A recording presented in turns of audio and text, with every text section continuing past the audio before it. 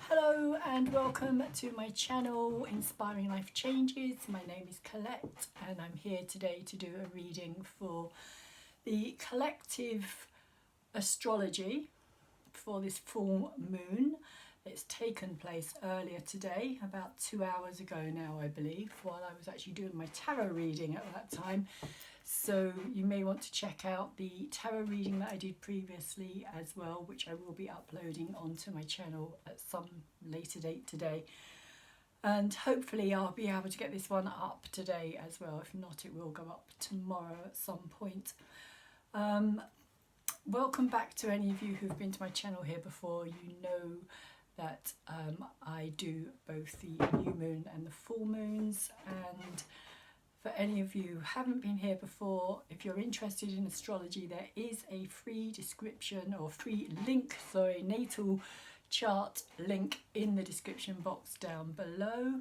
I will also be adding my blog to the description or the comments section of this video, or possibly the tarot reading video as well that I've done. So full moon in Aquarius, big energy. Full moons, always big energy. And I've decided to call this full moon moving deeper into the coming change, because this for me is a precursor to the energy that we are going to be experiencing by the end of the year, around about December the 21st. But I will talk more about that as I get further into my reading. So this reading, this astrology reading, is my personal interpretation of what is happening and what is taking place at this moment in time. But I will also say that the actual astrology for the full moon is not as in depth as the astrology for the 10th of August, because the 10th of August is in between the full moon and the new moon. I thought I would put it in to this reading.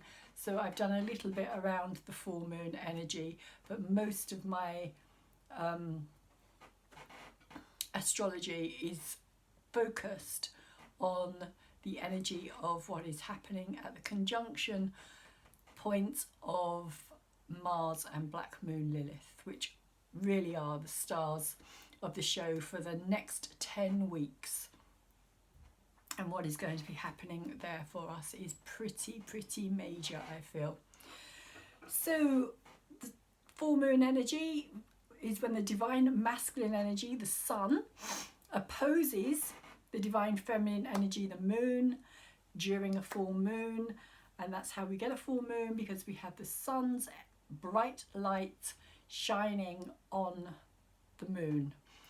And in Leo, the sun is sitting in Leo, the moon is in Aquarius. So this full moon energy is going to see a massive shift in conscious awareness. And I say this for a few different reasons. First, however, let's start with where it's all happening.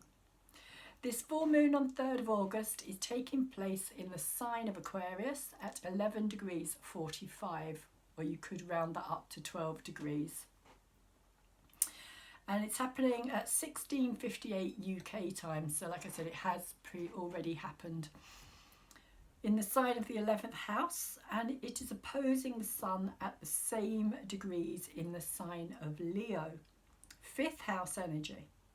So you may want to check out your natal chart to see where this is taking place for you, especially the house it is in, as this will give you some indication on a more personal level. Also, if you have any planets or points between the degrees of 08 to 16 in either of these signs, you will be feeling it the most. So if you've got anything between 08 to 16 degrees of Aquarius and Leo energy, then it's going to be hitting you quite intensely. At the time of a full moon, emotions are running high, and they are usually put out there on display for all to see. The light of the divine masculine illuminates the divine feminine. And even when it isn't visible, it will still be felt. This is a sociable full moon. In the 11th house, it is all about our friendships, communities, sharing of company, and freedom of thought. People are going to want to be together. There will be a natural pull, magnetism, to join with like-minded individuals for group gatherings, parties, and possibly protests will become even larger out in the open and on our streets. This will also be enhanced by the sun in Leo.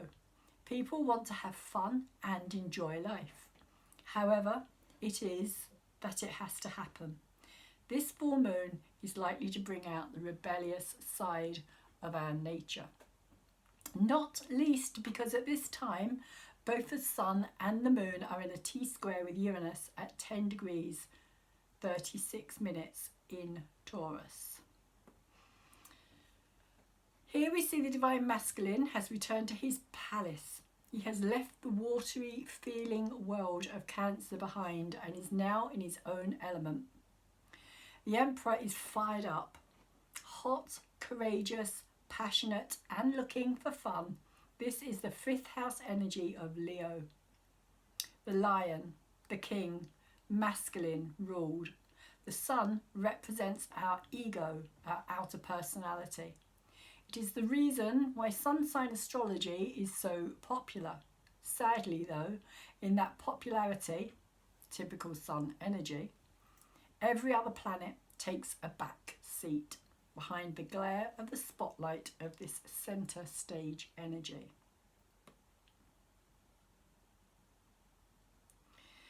This glare is focusing our attention on the divine feminine energy in the masculine ruled sign of Aquarius. Aquarius is a sign of the water bearer, which is symbolic of the waters of life, from which we are all created and from which we are all birthed. It is also known as the healing waters, as without it we would not be able to survive. Water gives us life and keeps us alive. Our physical bodies, although appearing in solid form, are mostly made of water. Over 60 to 65% for an average adult, and for a newborn it is closer to 75% to 80%.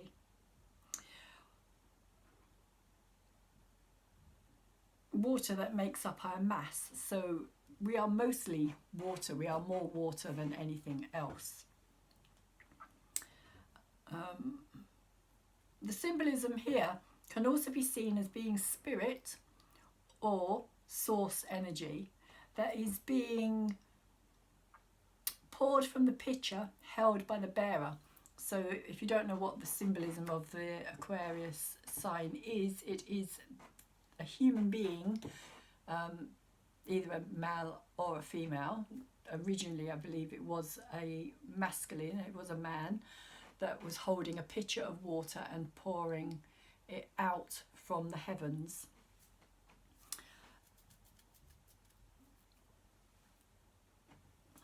And that water, as I was saying, can also be seen as being the kind of bigger energy from the heavens itself, the kind of spiritual energy, if you like. So pouring from the higher dimensions down onto the earth plane below. Representative of consciousness being there for each and every one of us, open to receive it. And although the two wavy lines may also be seen as water, another Aquarius symbol is kind of wavy, two wavy lines one underneath each other, they can also be interpreted as electricity. One of the things ruled by the planet Uranus, which is also our higher conscious awareness. And I would just like to add to this as well that I find it really interesting that at this time there is a kind of push within the scientific world, although there's still a lot of resistance to the idea, but there is becoming this growing kind of awareness of the fact that our universe is electric, that everything about it is electric. And if you've ever heard of Tesla, he kind of proved that point as well. and he managed to use electricity from just kind of out of the ether to actually power his own home and things like that. So, but all of that kind of free energy as it is has been kind of subdued and kept for other purposes, shall we say. And I feel that as we get closer, as we move further down into this kind of Aquarian age that is coming, that these are the kind of revelations that are going to come out for us, and they're going to change our lives in ways that we are as yet not able to really conceive or imagine. But that is the higher consciousness of the Uranus energy, is this kind of connection to everything. The fact that, you know, if everything is electricity, including us, because we also have like these electric impulses in our brain, in our body. Everything breaks down to these kind of electricity or electrical impulses, basically. So, and Uranus being the higher consciousness and the higher mind, it's kind of saying that there is no separation, which is very much Aquarian energy as well. There is nothing to be separated. So the sign of Aquarius, however, is not ruled by water. It is an air sign, which I see as representing the fact that the first thing humans do after coming out of the waters of our birth is to take a breath. In order to start our physical body functioning, we need to fill our lungs with air. And it is also no coincidence that the sign of Aquarius is known as the sign of humanity, as these are all things which we humans have in common, which is another aspect of the sign of Aquarius. It recognises and applauds our sameness, yet at the same time it honours and champions our uniqueness. The full moon at this time is being highlighted, and the attributes that relate to Aquarius are going to become a major theme over the coming months and many years into our future. Aquarius is showing us that this is about the individual within the collective. Each individual's right to be diverse, different, alternative, odd, weird, wacky, yet at the same time fit into the drab, dreary, grey, soup-filled, establishment-driven, traditional, corporate-ruled society we exist in. This is the paradox of Aquarian energy. It is ruled by both Uranus, the maverick, rebellious, out of the blue, sudden, unexpected changes, lightning flashes of inspiration planet. Uranus is also our higher consciousness. It rules electricity, technology, and the systems within technology that bring it all together into a functioning whole. Uranus is also responsible for those eureka moments that are very often too far ahead of their time so as to be accepted by those in the present conscious level of awareness. A kind of Tesla energy, again, kind of the understanding of something much, much bigger than Da Vinci was another one who kind of springs to mind, who had that same kind of forward seeing, futuristic kind of mind, if you like. In many ways, Uranus is the planet of our future. The original ruler of Aquarius was the planet Saturn, until Uranus was discovered in 1781 by telescope, as Saturn is the last planet we can see with the naked eye. It is this reason why Saturn rules our physical domain. Through structures, restrictions, limitations, mindsets, tradition, the courts, corporations, monarchy and governance of the masses. In Greek mythology, Saturn is known as Cronus and is the son of Uranus, who was himself interestingly known as the sky god. Uranus is playing a massive part in this full moon energy. as I mentioned previously, he will be in a T-square with both the Sun and the Moon in the sign of Taurus. So you've got the Moon over here in Aquarius, Sun over here in Leo, and then in between both of those you have the sign of Taurus, and Uranus is there at 10 degrees. So the energy from both of these opposing planets, the Sun and the Moon, is kind of being filtered out through this Uranian energy. So it's like a balancing energy at the centre. Here not only do we have the sign that is ruled by Uranus hosting the full moon, but we have the planet itself as the balancing energy at the centre. So there's a lot of Aquarius Uranus energy within this Aquarius full moon. It is the major kind of energy, if you like, that is at play here, because Uranus being the kind of focal pivot point as well.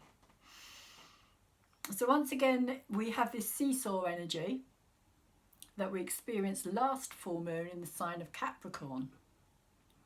Only now the pivotal point is Uranus in Taurus. During the last full moon we had 3 cardinal signs of the zodiac being emphasised. Cardinal energy meaning nothing has yet been decided, set in stone, so to speak. Everything is still in the air, in flux, and therefore changeable. So we had Cancer, which is water, we had Capricorn, which is earth, and Aries, fire, and they're all cardinal signs. This time we have 3 of the fixed signs. So we have the Leo sun, we have the Aquarius moon, and we have the Uranus Taurus earth. Things are going to become more grounded and solid. Ideas, thoughts and feelings are all going to be a lot harder to change. So once the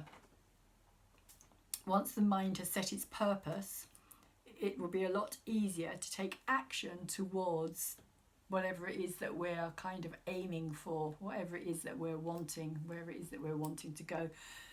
But the deciding part is going to be the more difficult part, because what's missing from that trio there is the air element as well. So that's the kind of more decision making.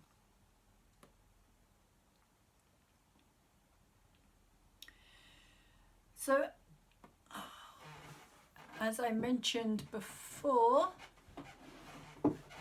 this as I mentioned earlier, Uranus is the planet of change, innovation, electricity, flashes of inspiration, and the future. This, for me, is what is being brought into our focus and attention. Saturn, as the first ruler of Aquarius, is also significant here, as it is the Saturn-ruled energy of Capricorn, and everything it stands for, again, previously mentioned, that is all being dismantled. We also have at this point in time as well Venus opposing the energy of Saturn. So Venus is at 27 degrees of Cancer. It hasn't quite left Cancer yet. It is out of its shadow, but it hasn't quite left Cancer yet. And it's opposing Saturn in Capricorn. So it's kind of an energy of something that's not moving, something that's blocked, and that actually came through very strongly in my reading that I did previously with the tarot cards. It was all very, very, very stagnant energy was what I was picking up. Everything just felt really blocked, really kind of stuck at this time. And that's really what this is saying here, that there's this kind of stuck energy that needs to be cleared. Also, we have Venus is sitting right on top of the North Node as well at this time. So they're both at kind of 27 degrees, and they're both conjunct in the energy of Gemini. And the North Node, of course, is where we're kind of heading. It's what we're kind of looking to the future, into the future, and where we're kind of wanting to take our future into. And in Gemini, it's very much about kind of day-to-day things, but also communication. And I also spoke about this in my tarot reading as well, about how communication is quite an important part of what is coming up for us, not right now, but what will be coming up for us in this future over these, like from now until kind of October, end of October. And I will explain more about this. So I'm just having trouble getting my laptop to move at this time. All my notes are written on my laptop here, so kind of, here we go.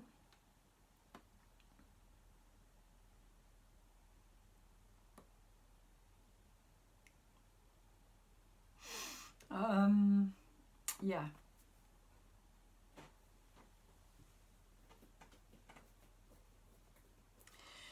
So this for me is what is being brought into our focus and attention. Saturn, as the first rule of Aquarius, is also significant here. As I said, the energy of Capricorn and everything it stands for, again previously mentioned, that is all being dismantled and taken apart during this long ongoing conjunction with Pluto.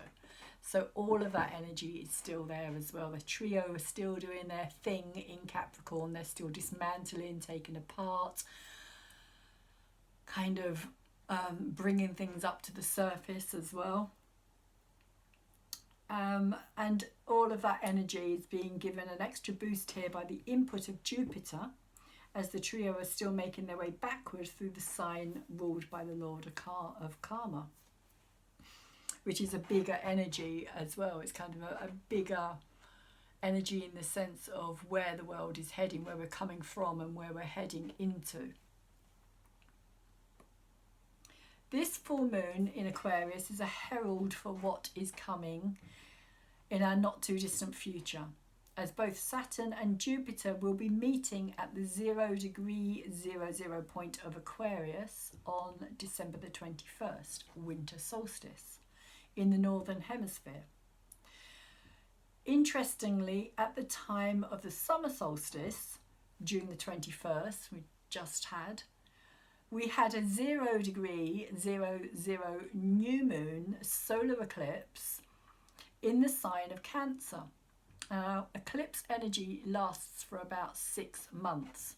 So that energy is literally going to take us up to that point of the Saturn and Jupiter conjunction, which is going to take place on the 21st of December, the winter solstice. And this is seen as a real starting point of the new age, the kind of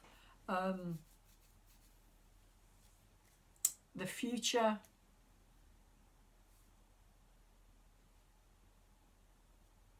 So it's like almost exactly 6 months after that new moon that happened at the 0 point of Cancer. We're getting a 0,0, and it's just like there is no coincidence in what happens with the heavenly bodies. It's kind of, there is no you can't pick and choose. It happens as it happens because it happens that way, and it's just kind of one of those kind of little pointers in some ways to those of us who are kind of aware of it, that there is this universal intelligence and universal mind that kind of has it all already kind of playing out, and it's kind of, that's how we see it, is through what is happening above us in the heavens with these planets coming together at certain times, and what happens down here on the earth plane is a reflection of what is taking place. But this is a big event, because this event is a kind of moving of the precession as well, and the precession is something that happens every so many, like 2,000 odd years. Let's say it's about 2,125 years or something, I can't remember precisely, but it's round about that kind of number. And when that happens, there is a new sign that starts to come up above the horizon. So for the last 2,000 years, while we've been in the age of Pisces, we have had the constellation of Pisces rise up above the horizon first. It's the first one that comes up. But now, as we are getting to the end point of Pisces and moving into the age of Aquarius, the Aquarian sign will begin to come up above the horizon at the sunrise. It's kind of the first thing that will be seen above the horizon.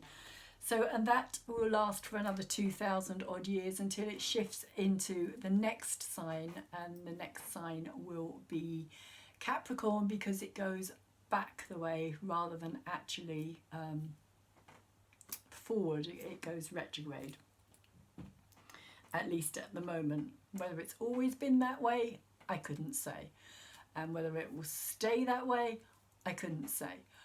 But at this moment in time, it is Aquarius that is going to be coming up. So it's a time that's been spoken of and speculated for hundreds of years. And I mean, there's even an Aquarian Bible as well, New Age kind of Aquarian Bible that goes right back. That was kind of one of the old books that was discovered.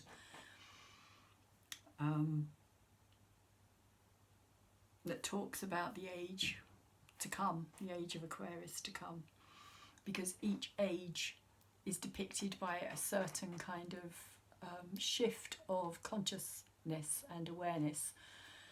And it also kind of has different civilizations that kind of grow up through that period of time and disappear and kind of come back into a kind of new way of being as it shifts into the next era as well. So huge change, really.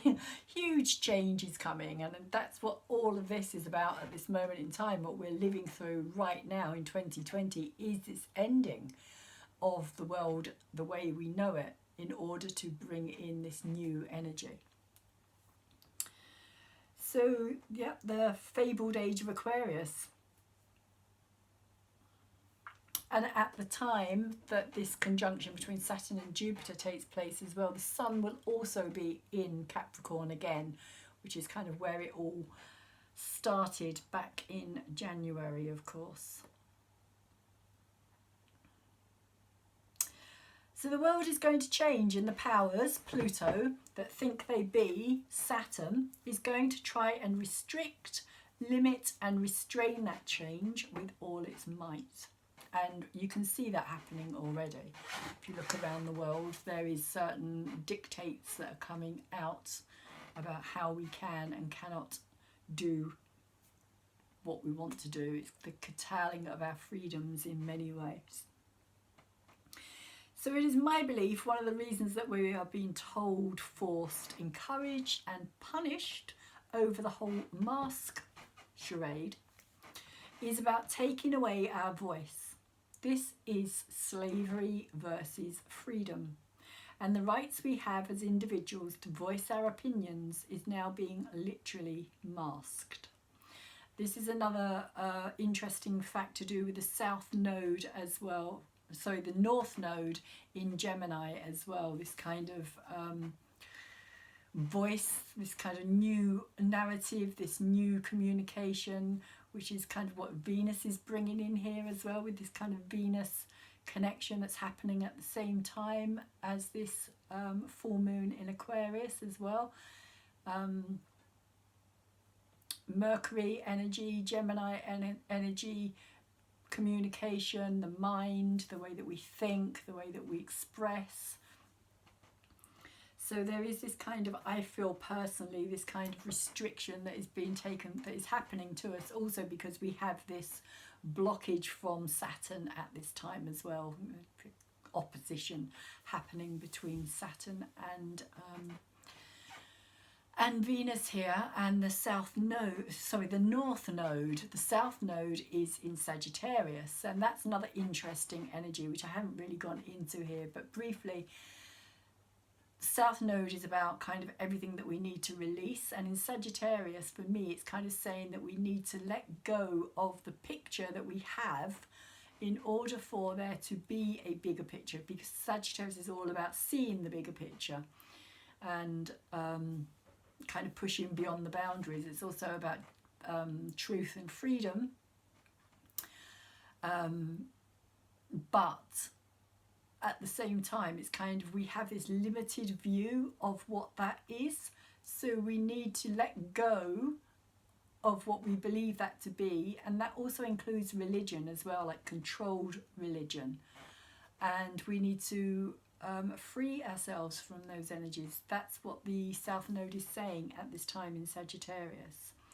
And with the North Node in Gemini, it's saying that it's time to kind of have this new narrative, this new communication, we need to start talking more between all of us, like this kind of community energy with the Aquarian energy and the moon full in Aquarius at this time as well.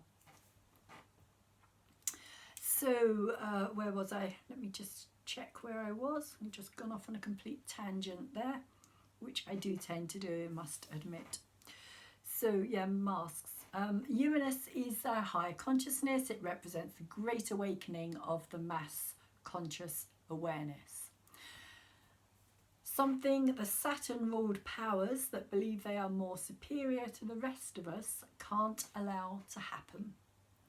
As when this change occurs, they will lose all their control over this matrix in a flash of Uranian lightning, like a bolt out of the blue.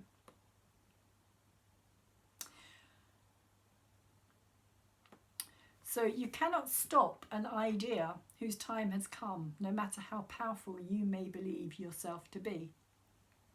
Try arguing with the weight and force of transiting planets. You won't get very far. So this time of the full moon is giving us a glimpse into the future, and to make things even more action-packed, possibly eruptive, full-on, dynamic and passion-driven, we have the masculine planets of the Sun in Leo and Mars in Aries. Now at 19 degrees 22 minutes, trining each other. This is hot, hot, hot energy. As well as being action-packed, dynamic and motivational, this is the shift of energy we have been waiting for this year. Now it will begin to feel like 12 months squeezed into 6. As fiery, individualistic, hot-headed, passionate, activistic, heroic Mars will be in his home sign over this period of time. Mars is also squaring over to Jupiter at 19 degrees 50 minutes or 20 degrees, adding a real emphasis to all that Mars warrior-esque energy. The kind of energy that makes us want to stand up for our rights. Mars in his home sign is not going to be pushed around or bullied, especially as the Sun is saying, I've got your back. And the moon is sextiling from Aquarius with a view to liberate from the old and bring in the new ideas. Uranus in Taurus is the new world, the promised land, the Garden of Eden, something worth battling for, fighting over, particularly when it comes to what we value the most. The old is done. The draconian system that is to all intents and purposes now becoming even more psychopathic in its dying thrall, is like a cornered animal, now at its most dangerous, as it knows it has got everything to lose. Over the next 6 months, we are going to see some incredibly disturbing actions taking place, not least because Mars and Black Moon Lilith are, during this full moon, conjunct with only 2 degrees between them. They will be slowly getting closer over the next week until they meet at 21 degrees 55 or 22 degrees on August the 10th. At the time of this conjunction with Mars and Black Moon Lilith, we also have, and this is to me why this is so relevant and so important. So we have the Sun at 17 degrees 52 or 18 degrees in Leo. And it's conjunct Mercury at that time. Mercury at 9 degrees and 45 minutes, also in Leo, because Mercury by then will have left Cancer. In fact, I think Mercury leaves Cancer tomorrow on the 4th. And it is trining Mars. Sun is trining Mars. This is all to do with the Sun. This particular bit here is all about what transits the Sun is making as this conjunction between Mars and Black Moon Lilith happens. So we have the Sun trining Mars at 21, Mars is at 21 degrees 55 or 22 degrees in Aries. And then the Sun is in a quincunx to Jupiter at 19 degrees 10 minutes of Capricorn.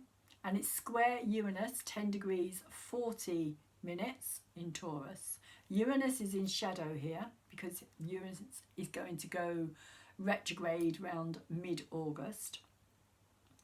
And lastly, the Sun is also in a quincunx to Neptune at 20 degrees and 23 minutes in Pisces. So that's the Sun. And then we have the Moon. So the Moon is at 29 degrees 44 minutes in Aries, more fire energy. And it is conjunct Mars at 21 degrees 55 minutes, square to Saturn at 27 degrees 12 minutes in Capricorn, square to Pluto at 23 degrees 09 minutes, also Capricorn.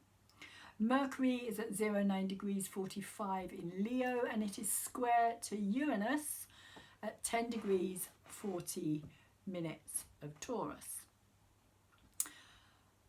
Mars 21 degrees 55 in Aries is square Jupiter 19 degrees 10 of Capricorn, and it's square Saturn at 27 degrees and 12 minutes Capricorn, square Pluto 23 degrees and 9 minutes Capricorn.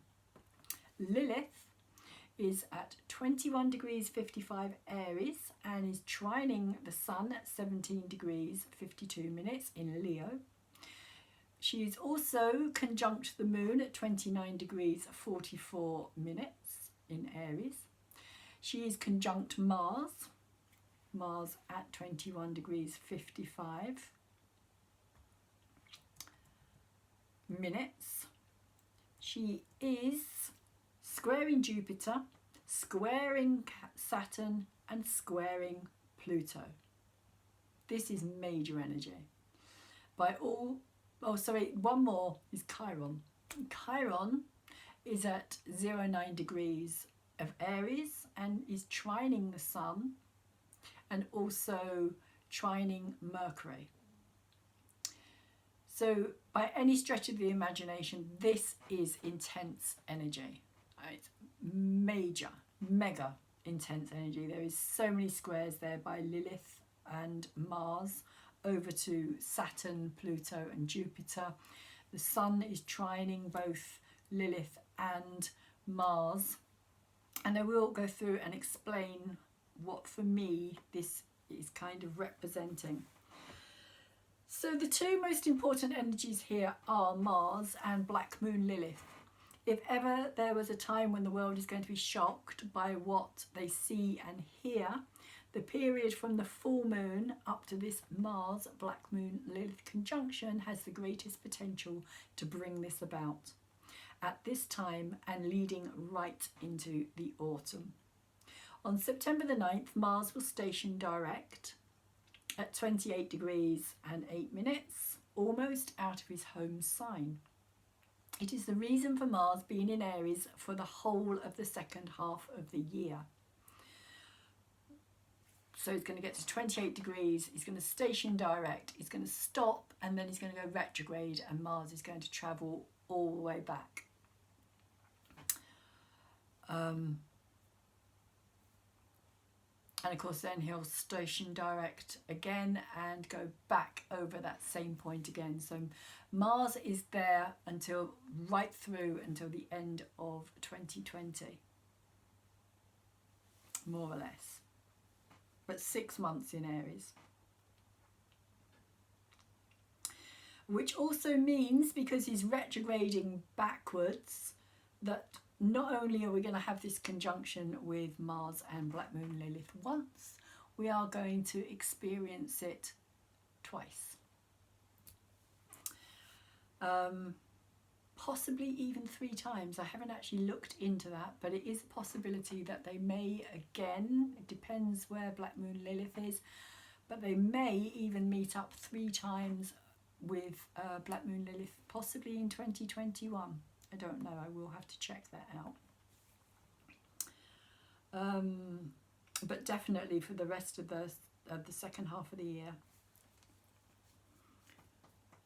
So Black Moon Lilith is at this time at 25 degrees and 16 minutes when Mars is going to go back across and conjunct with her again.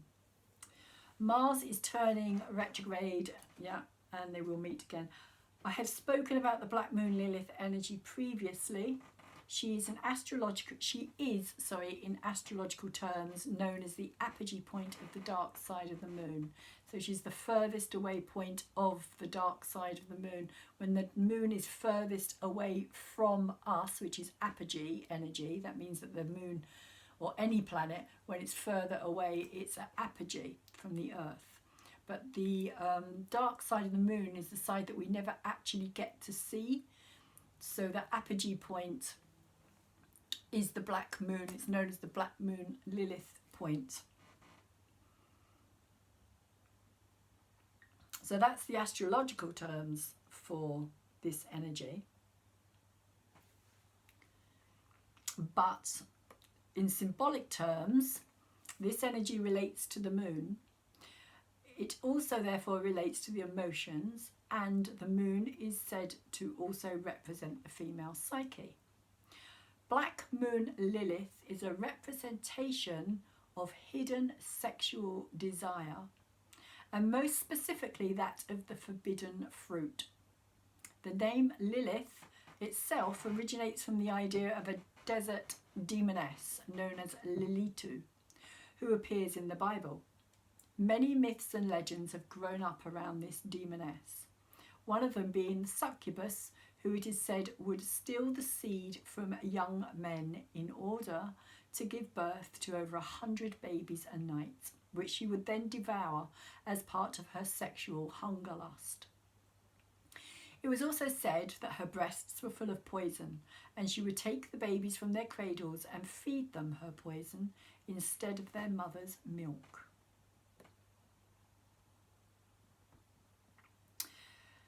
There is on our planet today a dark and pervading energy that finds its greatest pleasure in the harm and abuse, the torturing and killing, the raping and the snuffing out of the life of young children. They do this because the children are the most innocent and bright lights, and they are representative of this Black Lilith energy that most of the world has for too long been unaware of. I really cannot stress enough how dark and sinister this energy on our planet is. And it is found in the twisted and perverse minds of those who hold positions of power among our established governance, those who we are supposed to trust and even look to as role models, who hold high status, which allows them to continue abusing both their position and the young and innocent. This is a predatory energy that needs to have their sordid, nasty lifestyles fed. And believe me when I say they are to be found everywhere. This whole period of time from the full moon to the next conjunction on September 23rd is going to see more and more of this dark, hidden underbelly rise to the surface, right through until October the 10th, when Mars and Black Moon Lilith will finally part company. This conjunction is going to last for 10 weeks, by which time, when we come out of it, the world could well be in a state of collective shock and cognitive dissonance. This is going to be a huge wake-up call from humanity, as the truth behind what the Mars Warrior S energy is about to reveal will need a lot of courage for us to face up to this appalling reality show we are all about to become audience to.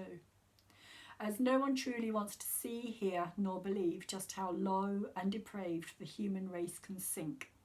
Most of us would rather not look at the shadow world, the one that lies just beneath the surface of a very thin veneer when it comes to ourselves and our own integrity, let alone face the darker truth of the world we all now inhabit, similar to the dark web we know exists, but most of us have no desire to enter into that Pandora's realm. This time I feel it is not going to be so easy to turn away from what we are seeing revealed. So, an explanation of all of the energy that is happening at this time, as I was saying, as I just gave you a quick rundown of all the different transits and conjunctions of the different planets that are happening. So, Sun in Leo conjunct Mercury, as the Sun trines both Mars and Black Moon Lilith, is saying there is no hiding from this. At the same time, the Sun makes a quincunx to Jupiter. This means the two planets are 150 degrees apart, which is in itself an awkward and difficult aspect. Here, involving Jupiter, to me it says this is going to be hard for us to accept. It's like a gift we don't want, but feel we have to look at further in order to discover the truth behind why we are receiving it. In the opposite direction, so that's Sun is quincunx on one side to Jupiter, and then on the other side the Sun is quincunx to Neptune. So the Sun is forming two of these really awkward transits or energies as well at the same time. So so quincunx with the Sun and Neptune, which this is no longer going to be allowed to remain buried in our deeper subconscious, even though this is going to have a lot of confusion around it. Many people still not wanting to see it as real for good reasons, as this could easily play out as a nightmare come horror movie, and for those involved it definitely will be. Along with this is the square from both the Sun and Mercury to Uranus. Whether we like it or not, this unwanted surprise or gift of change is coming our way, and no matter how much spin they try to put on this, the media will not be able to cover this up. The moon will have just transited over both Mars and Black Moon Lilith at 29 degrees 44 minutes. She's just about to exit Aries at this time, however she's conjunct both of them. Our emotional intensity around this situation is going to be riding high, as she will also be squaring with both Saturn and Pluto, implying that things will be blocked and restricted at first. Not everything will be revealed all at once. We are talking about a 10-week period here, with two separate conjunctions of Mars and Black Moon Lilith. But what has been hidden in the underworld of Pluto / Hades realm is not going to stay unknown for the foreseeable future. Mars and Black Moon Lilith are the stars of this show, also both in squares with the Capricorn trio, implying to me that this is all part of the crumbling edifices that have propped up this dark, vile, secret world for too long. that started falling in January and is still ongoing right through till 2021. There is, however, a saving grace in all of this, and that is Chiron at 09 degrees 04 minutes. The wounded healer is in Aries and trining with both the Sun and Mercury in Leo. This for me is saying, in order to be able to heal from this, as this is also generational in nature, we will need to be able to speak about it. No more being afraid to acknowledge this darkness that has bound us all in its silence for fear of being ostracized. It is time for the lion to roar. In order to heal from this, we will need to come together as the enormity sinks into the truth of the reality we have been a willing participant in without even realizing what has developed around us. Personally, I believe this is going to be the hardest part for most people to come to terms with, and where we are going to need the most strength, as this is about the innocence of our unprotected children. And in the first house of Aries, this relates not only to the very young, but also the blood and our DNA. Chiron is a part of this conjunction to help us heal, and this is the deeper gift that is at work here. This is a healing that has to take place right down to the cellular level in order to free ourselves from the bonds of our own deepest, darkest fears, which is all a part of Black Moon Lilith energy. This is a purging of the darkness that has entrapped the human soul for way too long in an unrecognized form of mental, physical and spiritual slavery. So just looking at the light out there as the sun begins to set. So at the time of this full moon, we are being asked to become aware of our individual freedoms, the rights we all have for being in a physical form, having been birthed from the waters of eternal life in some form or another since life was first created. The promised land belongs to us all, not just the few, and this full moon in Aquarius is giving us a glimpse of this collective ideal. The old paradigm versus the new paradigm.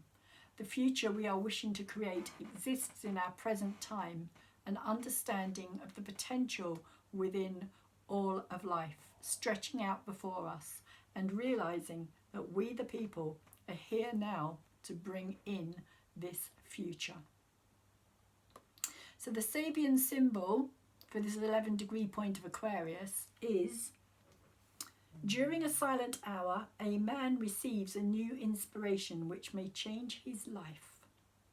And the keynote is the need to rely upon inner inspiration and guidance at the start of new developments.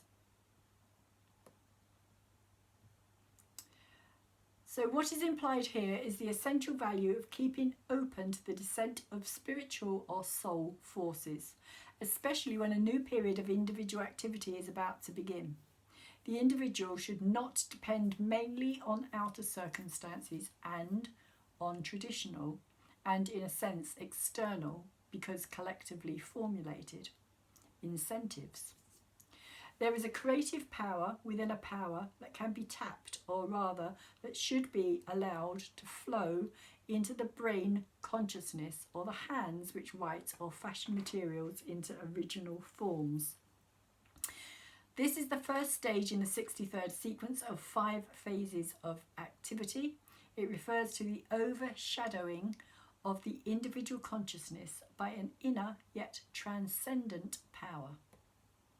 For the 11 degree point of Leo, we get children play on a swing hanging from the branches of a huge oak tree. The keynote here is the power of tradition as it shelters the beginnings of individual self-expression.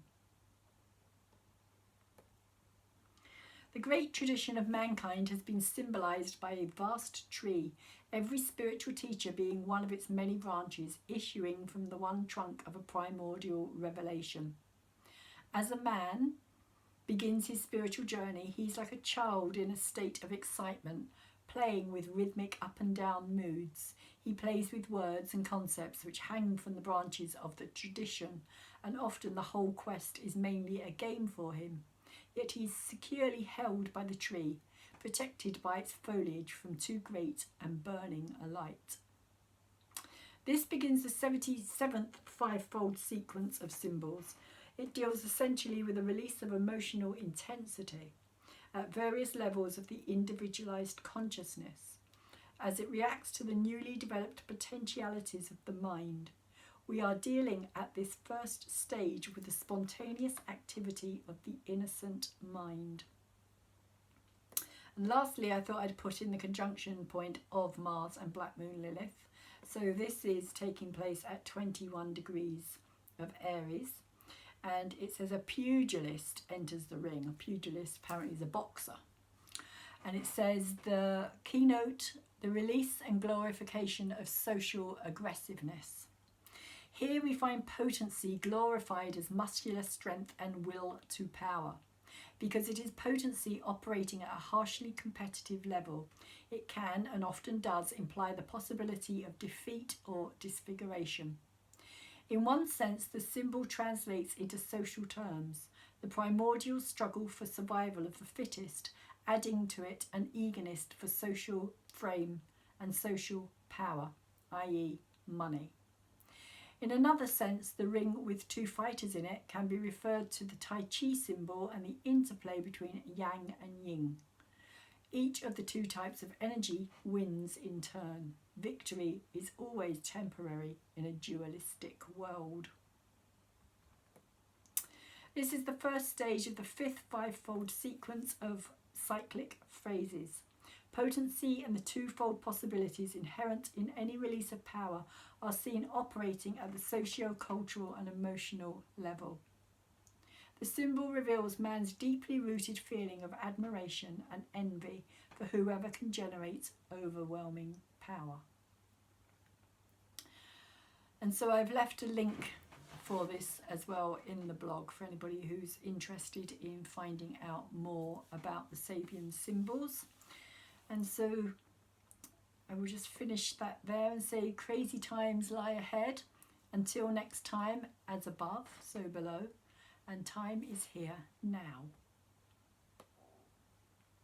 So that's my interpretation for this Aquarius full moon, which I feel is a doorway. It's an opening into something much bigger, much bigger. But in order to get there, we first have to clear out all of this kind of dark, karmic energy that is stopping, blocking, creating so much sorrow, so much sadness and kind of negative, real negative energy on the earth plane at this time as well, that we really need to kind of face up to and kind of say enough is enough. And it is going to start happening. It already is starting to happen, but what we are seeing at this point in time is just kind of like an ice cube of the iceberg that is yet to be revealed as well. So I would just like to very quickly, and this is the card that I was originally going to read in my tarot card reading that came out, and it is the Bloodstone, and it talks of potential. And Mars energy, Aries energy, which is one of the biggest energies at play over the next 6 months, is all about the blood as well. So I find that quite interesting, that should come out as an energy. And it talks about potential, which is very much this kind of energy for this Aquarius moon as well, the potentiality of our life, of our future, of what we are creating now in this moment.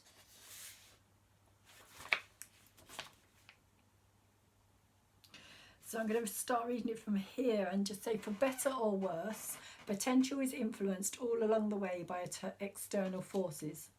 The river's course will leave a town intact or cover it with floodwaters. Rain nourishes the trees or a drought extinguishes their light. In the human and animal kingdom, our potential is affected by the encouragement or discouragement given you by the significant others in your lives. In recent years, it has also been documented that the plant kingdom grows more rapidly with positive reinforcement. If you have been beaten down, either physically or emotionally, it is critical to neutralize the effects of these negative acts. This is accomplished by understanding that what others have done does not reflect on your worth or your potential. They are simply working out their own melodramas that unfortunately have involved you. You are a precious and priceless universal gemstone. Once you truly believe that, others will lose their power over you. Knowing who you really are, nothing anyone says or does can hurt you because you know the truth. The recognition of self can change your life in an instant. Before you were there, and now you are here. Here is the centre of your being, the wellspring of potential. Life force starts your life and keeps you going, but it is so much more than fuel. Throughout your life, it sustains and supports you on emotional and spiritual levels as well. It invests itself in your optimal perpetuation. Why is it so interested in your single existence? Because while you are alive, you have the potential for changing the world. Through your love and contributions, life force makes this possible. Humans have named us bloodstone because of the red coursing through our green colour, like blood through veins. Wrong one, sorry. You can see it there. It's kind of, it looks very black, but it is very, very dark green. But that's the kind of heart chakra and the root energy chakra as well, kind of joined together. So it's the green of the heart, but also the red base energy, which kind of connects us to the physical realm as well. So it's connecting with the physical realm through our emotional body, through our heart chakra.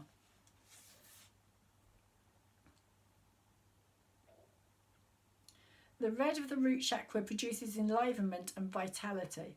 The green of the heart chakra generates love, growth and change. All of these qualities are engendered by life force so that you may live your life fully. Picture yourself standing in the back of your mind, looking outward. Ahead of you stretches your entire physical existence. It makes a giant arc in the sky over your head. This arc is composed of life force. Without life force, the arc would collapse and there would be no life to view. The arc is translucent so that you can observe life events acting themselves out throughout its expanse. You can see your past, present and future all at the same time. You may or may not be able to see clearly what is specifically happening. Remember that the future is pure potential, changing whenever you do. Seeing your life literally spread out before you, we hope you will appreciate the investment that the universe has made in you by bringing you to life. It demands nothing in return, but its great hope is that you will utilize the potential inherent within you. Life is a blessed gift. Why not live it to the fullest? We mentioned that life force is not a material substance, but it has a physical representation on the earth. The sacred fluid, menstrual blood. Monthly bleeding is a signal to men and women everywhere of the potential for new life. And with every new life is the potential for a new world. In ancient times, the womb was revered as the fertile ground in which a new soul evolves. Pregnancy is a time of preparation for the new being to make its transition from spirit to flesh. When new babies are born, they still remember their time spent on the spiritual plane and their reason for coming into a physical form. The more that they are encouraged while inside the womb by talking, singing or sending love to them, the easier the transition and the more they will be able to realise their potential. Why have you drawn the card of potential today? Are you unsure what your potential is? Are you beginning to investigate in which areas your potential may lie? Or do you already know that you need to be doing but are not quite there yet? Perhaps you are ready to use your talents but are looking for the right place. The universe is hoping that you will make the most of your potential for the good of us all. Feel the life force within you, awakening you to greatness. And I wasn't going to read that. I also was supposed to read that, as I was saying, with my tarot reading earlier, because this is what came out as I was going to do the reading but the tarot reading went on too long.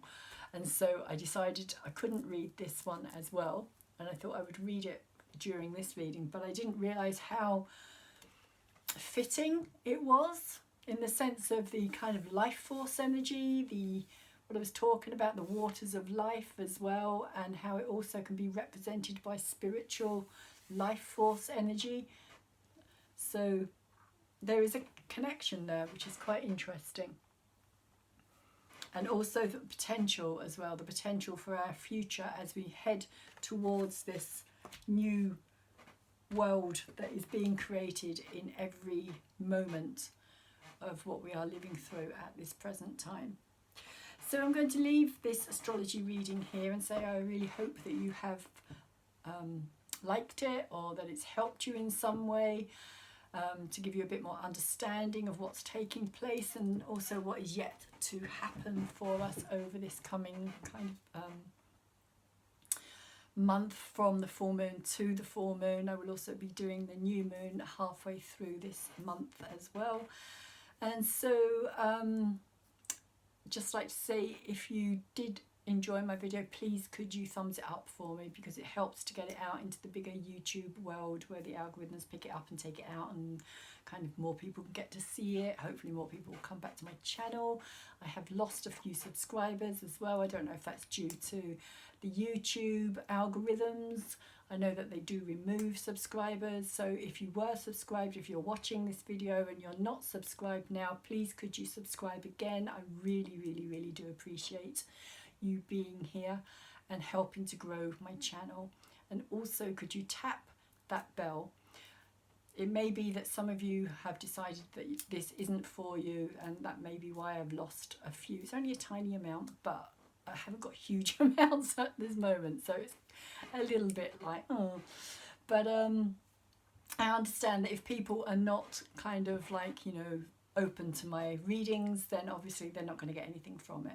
But if you do, please could you also share it with those who you think may benefit from it as well. If you think it's going to be of some help to anybody out there, please feel free to share it. And hopefully I will see you again next time. And in the meantime, enjoy the full moon energy of Aquarius, and please take really good care of yourself and anybody else around you that you can. Hopefully see you soon.